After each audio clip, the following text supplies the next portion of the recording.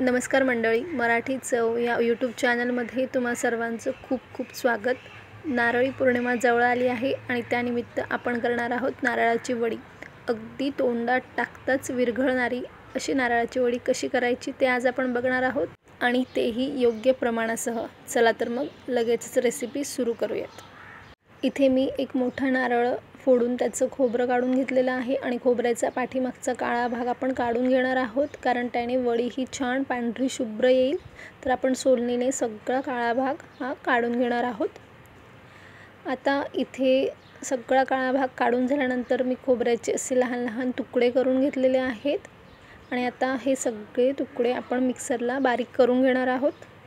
शक्यतोवर खोबरं किसणीने किसू नका, ते मिक्सरलाच फिरवून घ्या, त्याने वडी अगदी छान येते. तर आता आपण हे सगळं मिक्सरला बारीक करून घेऊयात. इथे मी सगळं खोबरं बारीक करून घेतलेलं आहे आणि ते एका वाटीने मोजून घेतलेलं आहे. तर 2 वाटी आपला ओल्या नारळाचा चव हा भरलेला आहे. आता आपण पुढची कृती करूयात. तर मी इथे कढई तापत ठेवलेली आहे आणि त्यात आता आपण अगदी छोटा 1 चमचा साजूक तूप घालून घेणार आहोत आणि लगेचच आपण त्यात ओल्या नारळाचा चव घालून घेणार आहोत, जो मगाशी आपण मोजून घेतला होता. 2 वाटी भरलेला होता आणि आपण त्याला आता छान तुपात परतून घेणार आहोत. आणि ही सगळी प्रोसेस करताना गॅसची फ्लेम अगदी कमी ठेवायची आहे, जराही ती वाढवायची नाही आहे, नाहीतर मग वडीचा रंग हा बदलेल आणि आपल्याला तसं नको आहे. अगदी 1 ते 2 मिनिटभर आपण नारळाचा चव असा छान परतून घेऊया. याने काय होईल, जे जास्तीचा नारळाच्या चवमधला ओलावा आहे तो थोडा कमी होईल आणि आपलं मिश्रण लगेच घट्ट व्हायला मदत होईल. तर आता बऱ्यापैकी छान हे कोरडं झालेलं आहे. आता आपण त्यात 1 वाटी साखर घालून घेणार आहोत. तर आपण वडीचं प्रमाण घेतलेलं आहे 2 वाटी ओल्या नारळाचा चव आणि त्यासाठी 1 वाटी साखर. हे अगदी योग्य प्रमाण आहे. पण तुम्हाला जर गोड जास्त आवडत असेल तर तुम्ही आणखीन साखर वाढवली तरीही चालेल. आणि आता हे सगळं मिश्रण आपण गॅस कमी ठेवूनच छान परतून घेणार आहोत. गॅसची फ्लेम आपल्याला कुठेही वाढवायची नाही आहे आणि अगदी एकसारखं आपण हे मिश्रण हलवत राहणार आहोत. जराही हात थांबून द्यायचा नाही आहे. साखर हळूहळू वितळायला लागली की मिश्रण थोडं पातळसर होतं. आता तुम्ही बघू शकता, बऱ्यापैकी हे मिश्रण ओलं व्हायला सुरुवात झालेली आहे. साखर अगदी छान आपल्याला वितळून द्यायची आहे. आपल्याला हवं असल्यास ज्यावेळेस आपण खोबरं मिक्सरला बारीक करून घेतो त्याच वेळेस खोबऱ्यासोबत साखरही बारीक करून घेतली तरीही चालते. तुम्ही दोन्ही पद्धतींपैकी कुठलीही पद्धत वापरली तरी देखील चालेल. आता मिश्रण बऱ्यापैकी पातळ व्हायला सुरुवात झालेली आहे आणि साखर अगदीच छान वितळली गेलेली आहे. पण आपलं मिश्रण अजूनही तयार झालेलं नाही आहे. ते आपण सारखंच हलवत राहणार आहोत आणि गॅसची फ्लेम आठवणीने जराही वाढवायची नाही आहे. आता मी यात 3 चमचे मिल्क पावडर घालून घेते आणि वजनाने म्हणाल तर 15 ग्रॅम मिल्क पावडर आहे. इथे आपण दुधाचा वापर केलेला नाही आहे आणि दुधाच्या साईचा वापर देखील आपण केलेला नाही आहे. इथे मी मिल्क पावडर घालून घेतलेली आहे. त्याने काय होतं की मिश्रण छान मिळून येतं आणि आपण दुधाची साय किंवा दूध घातल्याने मिश्रण पातळ होतं आणि मग ते पुन्हा घट्ट व्हायला आपला वेळ अजून जातो. जर तुम्हाला वेळ असेल तर तुम्ही दूध किंवा दुधाची साय घातली तरीही चालेल, पण अगदीच झटपट करायची असेल तर मिल्क पावडर हा खूप छान पर्याय आहे. त्यामुळे चव तर छान येतेच, पण मिश्रणही पटकन घट्ट व्हायला मदत होते. शिवाय मिश्रण छान मिळून येतं आणि वडीही अगदी छान तयार होते. तर आता आपण मिल्क पावडर घालून देखीलही सगळं मिश्रण छान परतून घेऊया. मिश्रण आता तुम्ही बघू शकता हळूहळू घट्ट व्हायला सुरुवात झालेली आहे आणि खूप असं मिश्रण मेसी दिसत नाही आहे, खूप नीट आणि क्लीन दिसतं आहे. आता वडीसाठी योग्य मिश्रण तयार झालं आहे की नाही हे आपण कसं बघणार, तर आपण अगदी थोडं मिश्रण हातावर घेणार आहोत आणि त्याचा हलकासा एक गोळा तयार करून बघणार आहोत. अगदी छोटासा गोळा नीट तयार झालेला आहे, म्हणजेच आपलं मिश्रण तयार झालेलं आहे. गोळा कुठे हाताला चिकटत नाही आहे, त्याने आकार धरलेला आहे.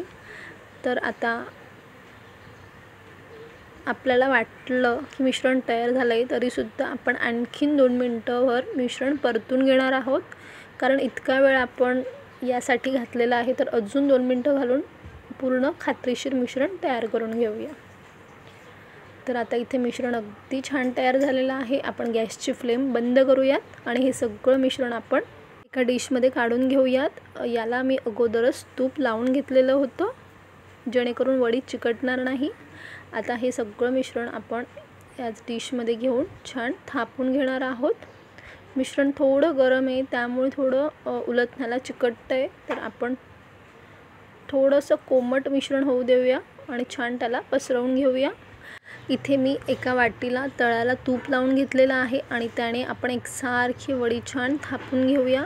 वाटीने थापून घेतल्याने वडीचा वरचा भाग अगदी प्लेन छान होऊन जाईल. तुमच्याकडे जर स्टीलचा चौकोनी आकाराचा ट्रे असेल तर तुम्ही त्यातही वडी थापून घेऊ शकता आणि जर स्टीलचा चौकोनी ट्रे नसेल तर काही हरकत नाही. आपण अशाच डिशमध्ये छानसा त्याला चौकोनी आकार देऊयात. वडीसाठी चौकोनी ट्रेच हवा, नाहीतर मग त्याला चौकोनी आकार येणार नाही असं काही नाही आहे. प्रयत्न केला तर सगळं जमतं. आता आपला इथे छान असा चौकोनी आकार देऊन तयार झालेला आहे आणि तुम्ही बघू शकता वडी अगदी छान पांढरी शुभ्र दिसतीये. आता आपण यावर बदामाचे काप घालून घेणार आहोत. तुम्ही हवंच तर पिस्त्याचे काप घालून घेऊ शकता किंवा तुम्हाला जे ड्रायफ्रूट्स आवडत असतील ते तुम्ही इथे घालून घेऊ शकता. इथे बदाम घालून घेते आणि आपण वडीला लगेच आकार देणार नाही आहोत. अगदी तिला थोडंसं थंड होऊन देणार आहोत.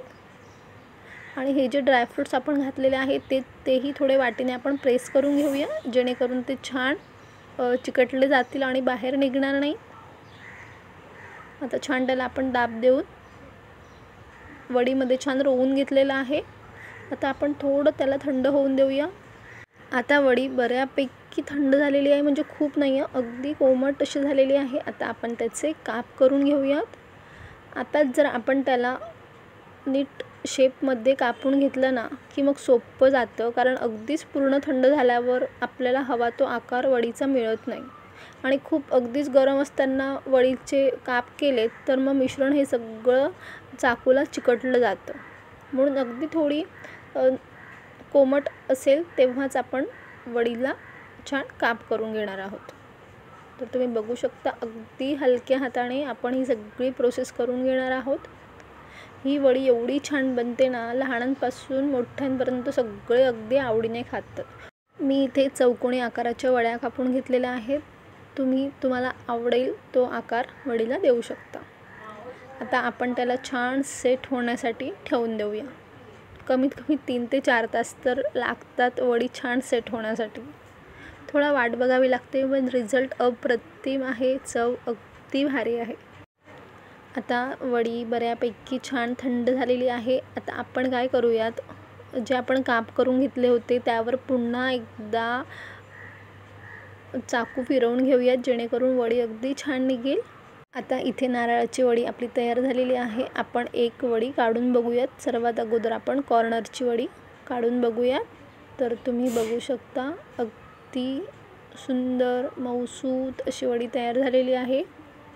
खूप ड्राय वाटत नाही आहे, तुम्हाला बघतानाच लक्षात येईल. खूप अशी कोरडी वडी झालेली नाही आहे, अगदी छान मऊसूत कमी साहित्यात अशी वडी तयार झालेली आहे. आपण पुन्हा एक वडी काढून बघूया.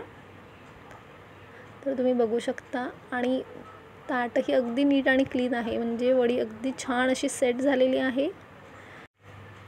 मी तुम्हाला जवळून दाखवते. बघा वडीचा रंग किती सुंदर आलेला आहे. जराही तो तांबूस आलेला नाही आहे, अगदी पांढरं शुभ्र असा वडीला कलर आलेला आहे. आणि तुम्ही टेक्स्चर बघू शकता, अगदी तोंडात टाकताच विरघळेल इतकी सुंदर वडी तयार झालेली आहे. आता आपण तिला तोडून बघूयात. बघा अगदी इझिली तुटते आणि जराही ती चिकट नाही आहे. तर आजची ही रेसिपी तुम्हाला कशी वाटली हे कमेंट्समध्ये जरूर कळवा.